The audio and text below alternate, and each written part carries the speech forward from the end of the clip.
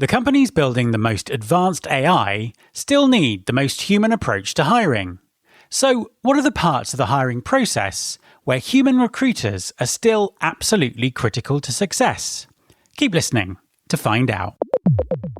Support for this podcast comes from Mackie. Mackie enables businesses to build intelligent, science-backed hiring strategies that predict on-the-job performance and adapt as roles and markets change. Companies today face a surge of undifferentiated AI-inflated CVs and often rely on manual screening or inconsistent processes. This leads to missed talent, weaker performance, and a poor candidate experience.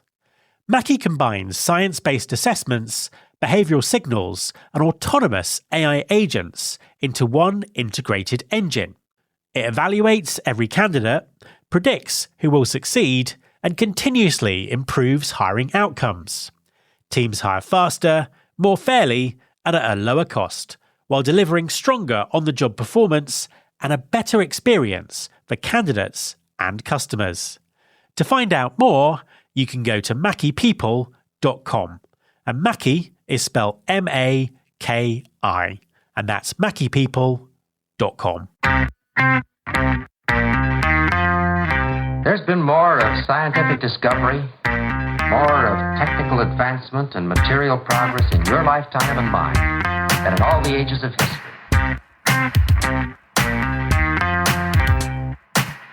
Hi there, welcome to episode 797 of Recruiting Future with me, Matt Alder. The race to develop humanoid robots that can work alongside people in factories, warehouses, and retail environments is attracting billions in investment. The talent powering this revolution is in critically short supply. Specialist AI researchers, robotics engineers, and machine learning experts are being sought by every company in the sector, from global tech giants to ambitious startups.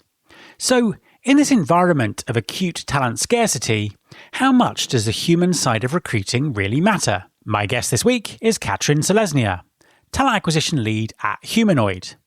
In our conversation, she shares her experience of building a hiring function from scratch in one of the most competitive talent markets in the world, and explains why, as AI transforms everything around it, the human skills of recruiting have never mattered more. Hi, Katrin, and welcome to the podcast. Hello, Matt. Nice to meet you, and I'm so excited to be here and talk to you today.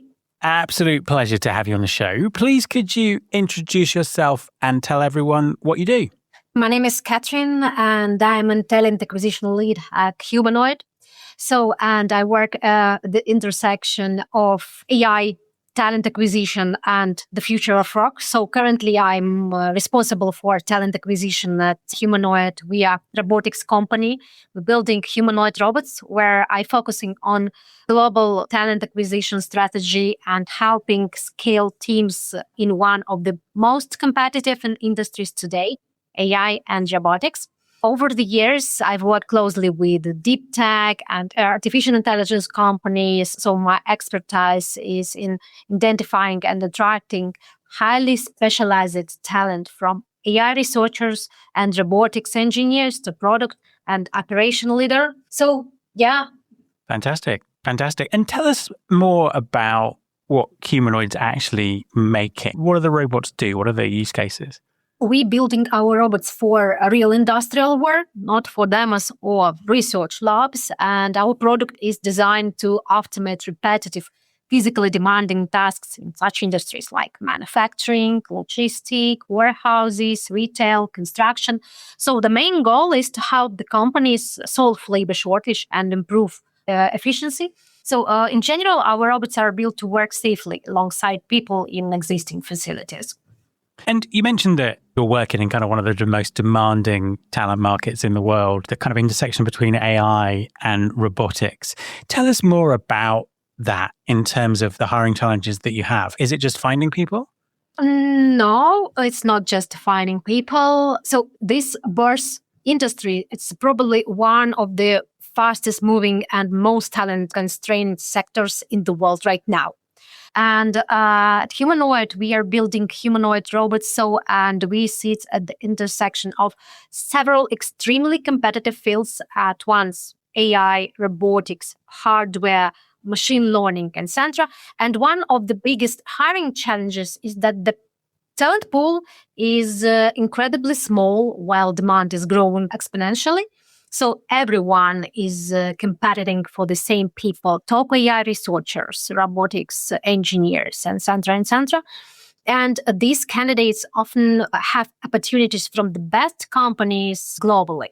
So another challenge is that many of these roles are highly interdisciplinary. So I suppose that the main challenges right now. So we're not just looking for someone who is technically brilliant. We need the people who can operate across research and production. So who can work in environments where the technology is evolving in real time. There is also a huge cultural components as well. So in deep tech and artificial intelligence hiring, it's not only about the skills, it's about curiosity, adaptability, of course, mission alignment. So the people building these systems are shaping technologies that could redefine how humans work and interact with machines. So mindset matters just as much as technical capability. And final challenges, the speed of change is a major challenge. So the AI landscape involves almost monthly, which means hiring strategy, assessment method, and even the definition of top talent are constantly shifting. So the talent acquisition, I suppose, has become much more strategic and data-driven than it was even just a couple of years ago. And what kind of motivates those people to move jobs, to change companies? How do you kind of persuade them that they should come and work for your organization? When I joined the Humanoid, here we don't have talent acquisition function at all. So no hiring infrastructure, no processes, and the stage, not even a product or prototype, honestly. Wow. So, and the first challenge was not just hire people, recruiting people, but helping build the company itself from the ground up. So, the very first thing we did was define what the organization should actually look like. So, we identified the critical early hires. It was chief technology officer, chief operation officer, and small group of foundational engineers who could start building the technical core of the company. And honestly, at this stage, every single hire had an outsized impact on the future of business. So they involved and they engaged into the cultural of our company. And what made it especially challenging was that we were asking people to join based almost entirely on our vision and mission. So there was no product demo, no traction, no proof yet. And honestly, that made the hiring bar incredibly clear. If someone was not deeply aligned with the mission and excited by the scale of the challenges, there was nothing external that could convince them.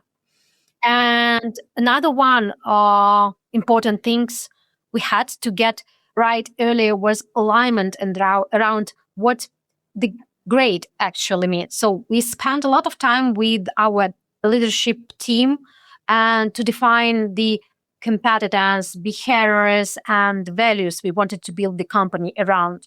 And it was not just technical expertise, but things like adaptability, ownership, curiosity, and probably ability to operate in ambiguity. So, and that alignment became the foundation for every hiring decision afterward. But at the same time, we built a structure hiring process much earlier than most startups typically do. So when the company was very small, we implemented structured interviews, clear evaluation criteria, applicant tracking system, and it probably looked overly operational for such an early stage company. But when we hypergrowth starts, structure is what protects quality. Without it, so honestly, hiring becomes inconsistent very quickly. Yeah. So looking back, building talent acquisition function from zero was really about creating the operating system for how the company growth. And recruiting was only the one part of it. The bigger challenges was designing a scalable organization while the company itself was still being invented. Are you up to around 200, 300 people now?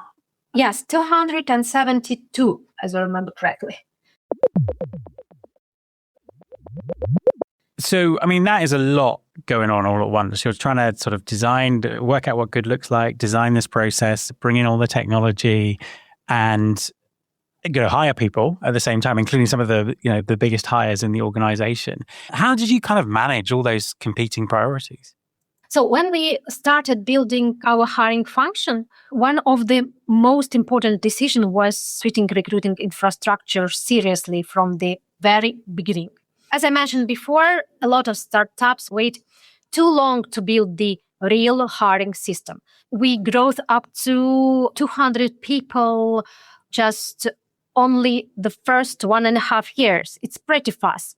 Recruiting should be very structured before that you come across with the hypergrowth. So we built our tech stack early around a few core principles: visibility, speed, consistency, and scalability. First of all, the applicant tracking system became our central source of truth for every candidate and every hiring processes. As I mentioned, we implement interview workflows, standardized scorecard. So the goal was not bureaucracy. It was creating a system that would allow us to scale without losing quality, first of all. And we also invested heavily in sourcing tools, talent intelligence platform, automation, and internal knowledge management. In artificial intelligence and robotics, recruiting is much closer to research, honestly, than traditional hiring. You're mapping niche talent ecosystem globally, understanding research communities, understanding research strands, probably following publication, open source contribution, etc., etc. And this is where artificial intelligence has genuinely become extremely useful. So because AI improves speed and efficiency in areas like talent mapping, sourcing support, market research, outreach optimization, etc., and it helps us as a recruiters process enormous amount of information much faster than before. For example, AI is incredibly powerful when it comes to identifying patterns across talent pools, surfacing adjacent backgrounds, or helping recruiters understand highly technical domains more quickly. And it can also help personalize outreach at scale far better than traditional automation tools ever could. So, because where AI still falls short is exactly where the highest value recruiting happens. So building trust with highly specialized passive candidates. So the people we hire are not responding to mass outreach campaigns. So we reach out to them directly because many of them are world-class experts who receive the recruiter's message every single day. They can immediately tell when communication is automated, generic, or lacks real technical understanding. And at that level, recruiting becomes deeply human. It's about understanding someone's motivation, timing, intellectual interests, because we pay attention when we reach out to the candidate, pay attention for their research direction, technology, long-term probably impact, etc., etc. So my view is, honestly, artificial intelligence is becoming an incredible argumentation layer for recruiters, especially by removing repetitive operation work. But the strategic and relational side of recruiting is actually becoming even more important. I think that makes a lot of sense, particularly that kind of the outreach that you're doing there. Well, what is it that kind of really resonates with people when you're sort of reaching out to these world-class experts? How do you stand out to make them want to talk to you? Yeah, so it's a good question, and probably it's one of the hardest challenges today because the people we are looking for already have incredible opportunities because the best AI researchers, robotics engineers, and technical leaders are being approached constantly by the biggest tech company in the world, often with enormous compensation package. Honestly, that's our pain, honestly, resources and probably brand recognition behind them. So the reality is that the early stage startup usually doesn't win purely on salary or prestige. So we win on mission, impact, and the scale of challenges. The people who join us are often deeply motivated by the opportunity to work on something genuinely groundbreaking. At a large company, even brilliant people can sometimes feel like they are optimizing a very small piece of massive machine. In an early stage environment, so they have the chance to shape the direction of technology and the company itself from the very beginning. For the right people, that level of ownership, honestly, it's incredibly compelling. In my opinion, one of our biggest competitive advantages is global approach for recruitment. And because robotic, it's very specific field, very specific industries, and honestly, the best specialists are spread across different continents, companies, research labs. From the very beginning, we approached hiring without some geographic limitation. So, for example, that means when we open our Boston office and our Vancouver office, the main goal was to hire the people from the very specific companies. So we built our offices around the people. I think that one of the defining principle of modern global hiring, talent should determine geography, not geography determining the talent, honestly. And of course, the building a truly international team also creates significant challenges. We are managing different communication styles, cultural expectations, market dynamics, etc., etc. So that was our approach, and we continue to move with this. And as a final question for you, I mean, as you say, things are moving so quickly with AI, not just in kind of the robotics sector, but also in talent acquisition. What does the future look like from your perspective? Honestly, it's very interesting because I think both industries, robotic and talent acquisition, are going through huge changes right now. And in many ways, those two words are becoming more connected than ever. So in robotics, we are moving into a phase where robots are no longer limited to factories or very controlled environments. With advance in artificial intelligence, humanoid robots are becoming more capable of working alongside people in real world. And the speed of progress is honestly incredible. Every few months, the industry feels completely different. What is especially interesting is that robots is no longer just a hardware industry. It's now deeply connected to AI, which means the pace of innovation is accelerating fast and because of that, the demand for top talent is exploding as well.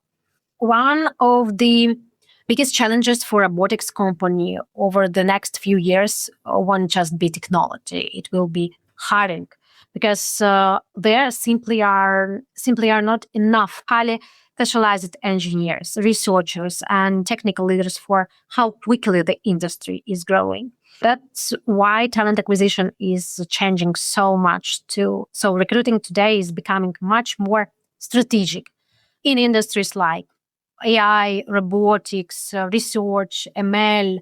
Hiring directly affects how fast a company can innovate and grow. The candidates we work with are usually not making a decision based only on compensation. They care about the mission, the team, the leadership, the technical challenges, and the impact they can have. Those are very human conversation. I don't think AI replaces that. I think that's really interesting because, as you say, the more sophisticated the AI becomes, then your hiring demands get even more complex and more sophisticated. And the humans aren't going away. It's about putting the humans in the right place strategically in the process, isn't it? Yeah, that's right. Katrine, thank you very much for talking to me. Thank you so much, Matt. My thanks to Katrine. You can follow this podcast on Apple Podcasts, on Spotify, or wherever you listen to your podcasts. You can search all the past episodes at recruitingfuture.com.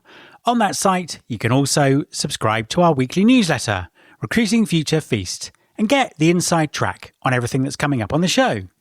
Thanks very much for listening. I'll be back next time, and I hope you'll join me.